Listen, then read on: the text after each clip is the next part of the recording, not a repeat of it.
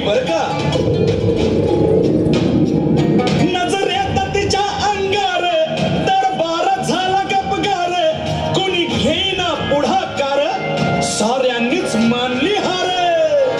इतक्यात अचानक एक सरदार उठला, बोलला, हम लाएंगे शिवाजी को. आणि त्यानं विडा उचलला.